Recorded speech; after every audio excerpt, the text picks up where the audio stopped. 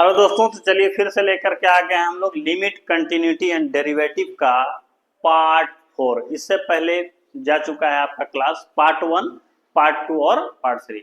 याद रहे पार्ट 4 ये क्लास देखने से पहले इत्मीनान से जाकर के आप पहले पार्ट 1, पार्ट 2 और पार्ट 3 देख लीजिए।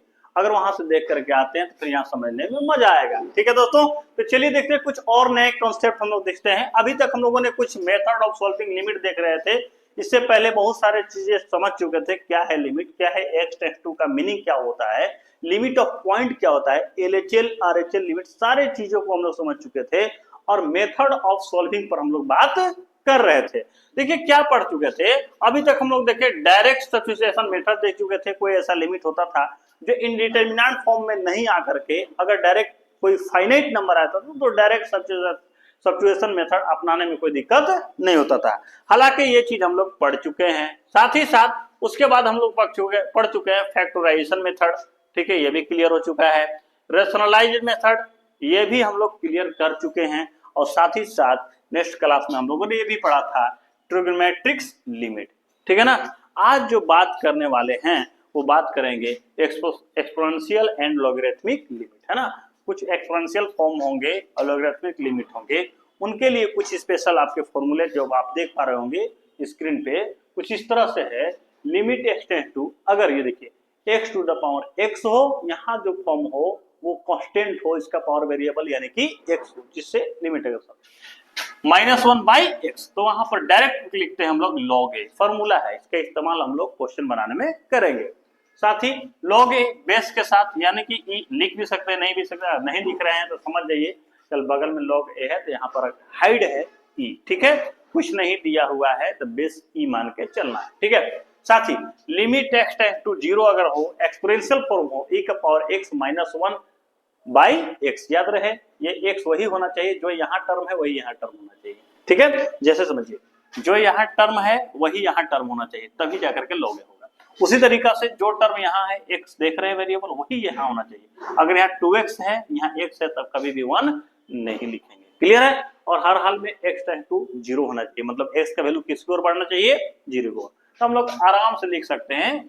ठीक है, साथ ही लिमिट x → 0 रहे, log 1 + x/x, इसका वैल्यू हो जाता है 1। इस तरह से क्वेश्चन में आएंगे और हम लोग इसी अप्रोच के साथ इसको बनाएंगे। ठीक है, आगे देखिए लिमिट x → 0 है, x to the power n -a का पावर n हो बाई x - a, तो लिखेंगे na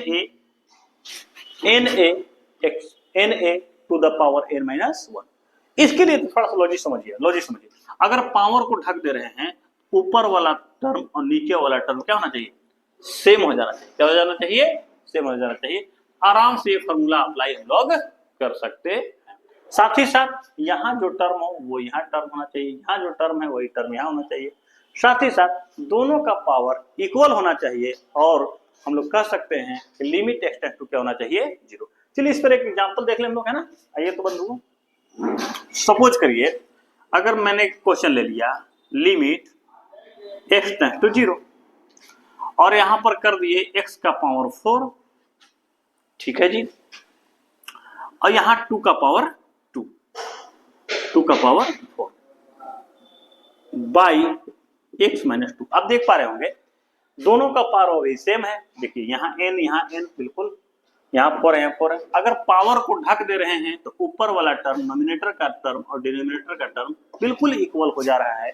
क्या ये इस फॉर्म में नहीं है, बिल्कुल है जी। तो क्या कहता है formula, na to the power n - 1। इस क्वेश्चन में आप देखिए मेरा लिमिट x → क्या है, 0 है, और यहाँ देखिए इसका पावर जितना है उतना ही इसका पावर है। अगर पावर को ढक दे रहे हैं, ऊपर वाला चीज नीचे वाला बिल्कुल सेम आ जा रहा है, मतलब ये फॉर्मूला अप्लाई हम लोग कर सकते हैं। करिए अप्लाई, देखिए बिल्कुल आसानी से।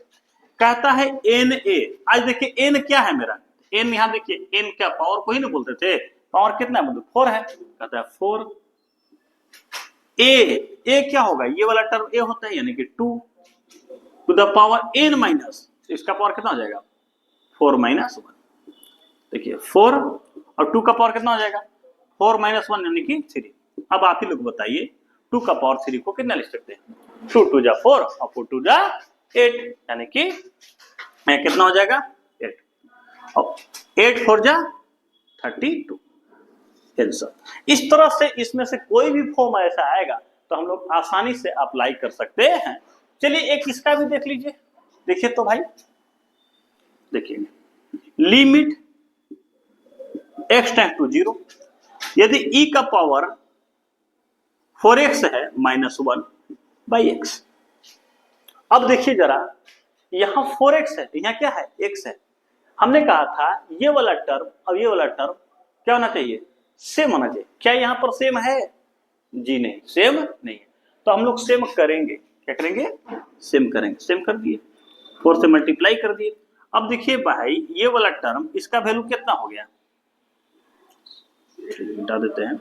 इसका वैल्यू कितना हो गया, टोटल का वैल्यू हो गया 1 और उधर तक 4 है ही, क्या हो जाएगा 4 आंसर। इस तरह से कोई भी क्वेश्चन रहेगा, ऐसा अप्रोच लगा करके हम लोग आसानी से सोल्व कर सकते हैं। आइए कुछ हाथ सफाई करते हैं, कुछ क्वेश्चन पहले अभी तक जो टर्म पढ़े इसका कुछ क्वेश्चन सोल्व करते हैं और हम लोग सीखते हैं। चलिए देखते हैं, हम लोग मिलते हैं नेक्स्ट स्लाइड में। तो जल्दी जल्दी से इस क्वेश्चन को भी हम लोग देख लेते हैं, है ना। जो भी कॉन्सेप्ट अभी तक पढ़े उसी से रिलेटेड ये क्वेश्चन है, हम लोग सभी को करेंगे, ठीक है बंधुओं। आइए लेते हैं, ठीक है। देखिए क्या है पहला क्वेश्चन, 8 क्वेश्चन हम लोगों ने लिया है। देखिए चलिए तो इस क्वेश्चन को भी हम लोग देख लेते हैं, बारी बारी से सोल्व करते हैं। जो भी अप्रोच अभी तक हम लोगों ने बंधुओं पढ़ा है उसी अप्रोच को हम लोग अभी लगाएंगे। चलिए बनाते हैं, देखिए कैसे बनेगा। आइए फर्स्ट क्वेश्चन कह रहा है, पहला क्वेश्चन सोल्व, है ना। करिए सोल्व भैया। क्या कह रहा है, लिमिट x टेंड टू 1 है, साथ ही x to the power n 1 by x minus 1, इसका पावर n। ये तो फॉर्मूला है भाई, ये तो कुछ करना ही नहीं है, तो डायरेक्ट फॉर्मूला दे दिया। क्या, n a n minus 1, n a to the power कुछ भी रहेगा 1 ही होगा। इसका वैल्यू आंसर कितना आ गया, तो कुछ करना नहीं था, n। ये डायरेक्ट फॉर्मूला था, ठीक है। सेकंड क्वेश्चन देखिए, आप देख पा रहे होंगे सेकंड क्वेश्चन की अगर बात करते हैं, ये फर्स्ट था। सेकंड क्वेश्चन देखिए क्या है, limit x tends to a, साथ ही साथ under root x minus under root a दे रखा है, x माइनस a। इसको सोल्व करना है, आसानी से सोल्व हो जाएगा, टेंशन लेने की कोई जरूरत नहीं है। टेंशन गया, टेंशन लेना। देखिए तो बंधु, जब बताए थे आपको रैशनलाइज फॉर्म, बोले थे नोमिनेटर में या डिनोमिनेटर में जैसे ही रूट दिख जाए ना, दोनों या कोई एक भी, तो तुरंत रैशनलाइज कर दीजिए। क्या कर दीजिए, रैशनलाइज कर दीजिए, लपक लीजिए आंसर, कर दीजिए ना भाई। देखिए चेंज करके कर दीजिए रैशनलाइज, कंजुगेट से गुना मार दीजिए, माइनस से तो क्या लेंगे, प्लस अंडर रूट ए। साथ ही साथ जो चीज से ऊपर मल्टीप्लाई करेंगे उसी चीज से नीचे करेंगे। रैशनलाइज का मीनिंग तो भाई यही होता है ना, ऊपर नीचे कंजुगेट से मल्टीप्लाई कर दीजिए। आ गया भाई, limit x tend to a minus B into A plus B, A square minus B square, यानी कि x माइनस ये a आ गया निकल करके, और नीचे है ही x माइनस a, साथ ही क्या हो गया, root x plus root a। आप देख पा रहे होंगे ये टर्म और ये टर्म क्या है, सेम है ना, सेम है, कैंसिल हो गया ना। और कैंसिल हो गया तो रूट लिमिट का वैल्यू रख दीजिए, कोई दिक्कत नहीं है। 1 बाई एक्स टेंड्स टू ए है, एक की ओर बढ़ रहा है, कितना हो गया, 1 by two root A, two root A, final answer. इस तरीका से सेकेंड क्वेश्चन भी बन गया। अब देखिए जब सेकेंड बन गया तो क्या थर्ड वही है कि अलग है, बिल्कुल वही है। यहाँ भी आप देख पा रहे होंगे रूट है, ये आप लोग रेशनलाइज कर लेंगे। ये बन गया है बंधुओं, ये है आप लोगों के लिए, ठीक है। बना करके देखेंगे, बताइएगा कमेंट में बना या नहीं बना, नहीं तब फिर से बताएंगे। चलिए क्वेश्चन नंबर 4 की बात करते हैं। 4 देखिए क्या है, ये है भाई, चलिए हो सकता है कि आपको ना दिख रहा हो, इधर लिखते हैं, अब तो दिख रहा होगा। लिमिट x टेंड्स टू कितना है भाई, 0 है, क्या बंधुओं 0 है, और साथ ही e का power nx minus 1 by x. अब देखिए एक फॉर्मूला हम लोग पढ़े थे, क्या पढ़े थे कि अगर लिमिट हो x टेंड्स टू 0 हो e to the power x minus x 1 बटा x इक्वल टू कितना होता था 1। एक डब्बा वाला फॉर्मूला याद दिख रहा है, ठीक है, दिख रहा होगा।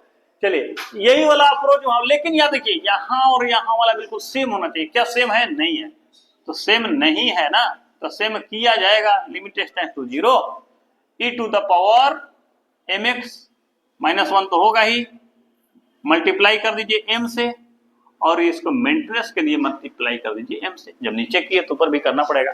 टोटल भाग का जो वैल्यू हो गया 1 हो गया और m रहेगा ही, यानी कि आंसर कितना हो गया? क्लियर है? इस तरह से हम लोगों ने 4 नंबर के क्वेश्चन बना लिया। अब बारी है क्वेश्चन नंबर 5 की, ठीक है। चलिए स्क्रीनशॉट कर लीजिए आप लोग। अब आगे देखते हैं। चलिए बैठा दे इसको। चलिए भाई मिट गया। चलिए ठीक है बंधु। अब देखिए बात है क्वेश्चन नंबर 5 की। 5 को सोल्व करते हैं। क्या है क्वेश्चन देख लीजिए। लिमिट x टेंड्स टू 0 है, e to the power 2 plus x e का पावर 2 बाई x। अब देखिए जितना यहां है उतना यहां है क्या? नहीं है ना, तो डायरेक्ट तो नहीं लिख सकते हैं। एक्सपोनेंशियल फॉर्म है, इसके लिए फॉर्मूला बना हुआ है। Limit x tends to 0 e का power x minus 1 by x। अगर रहता तो 1 लिख देते। नहीं है कोई बात नहीं, इसको थोड़ा सा बढ़ाएंगे बंधुओं। लिमिट x टेंड्स टू 0, आपको पता है अगर बेस हो तो पावर प्लस में दिया हो तो उस बेस को हम लोग डिस्ट्रीब्यूट कर सकते हैं, बांट सकते हैं। इसको लिख सकते हैं e का पावर 2 इंटू e का पावर x, e का पावर 2 बाई x। ठीक है बंधुओं। लिमिट x टेंड्स टू 0, अगर e का पावर 2 को बाहर कर दें, इधर कर दीजिए चाहे इधर कर दीजिए, आपका मन हो तो इधर ही कर सकते हैं। चलिए e का पावर 2 को इधर कर दिए, यहां से बच गया e का power x minus 1 by x। अब देखिए तो अगर e का पावर कर दिए होंगे तो e का पावर 2 पीछे चला गया। सामान्य तौर पर इतना का value limit x tends to 0 e का power x minus 1 by x, इसका वैल्यू कितना होता है?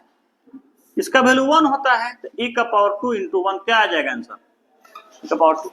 ठीक है, इस लिमिट को हम इधर डायरेक्ट इधर कर दिए, आप इधर भी कर सकते थे। ठीक है, मतलब फॉर्मूला के फॉर्म में नहीं था तो फॉर्मूला के फॉर्म में हम लोग ला दिए। e के पावर 2 को जिधर मन उधर कॉमन ले सकते हैं, कोई दिक्कत नहीं। ठीक है, ये भी बन गया जी। अब एक और क्वेश्चन और है, देखिए क्वेश्चन नंबर 6। क्या है भाई?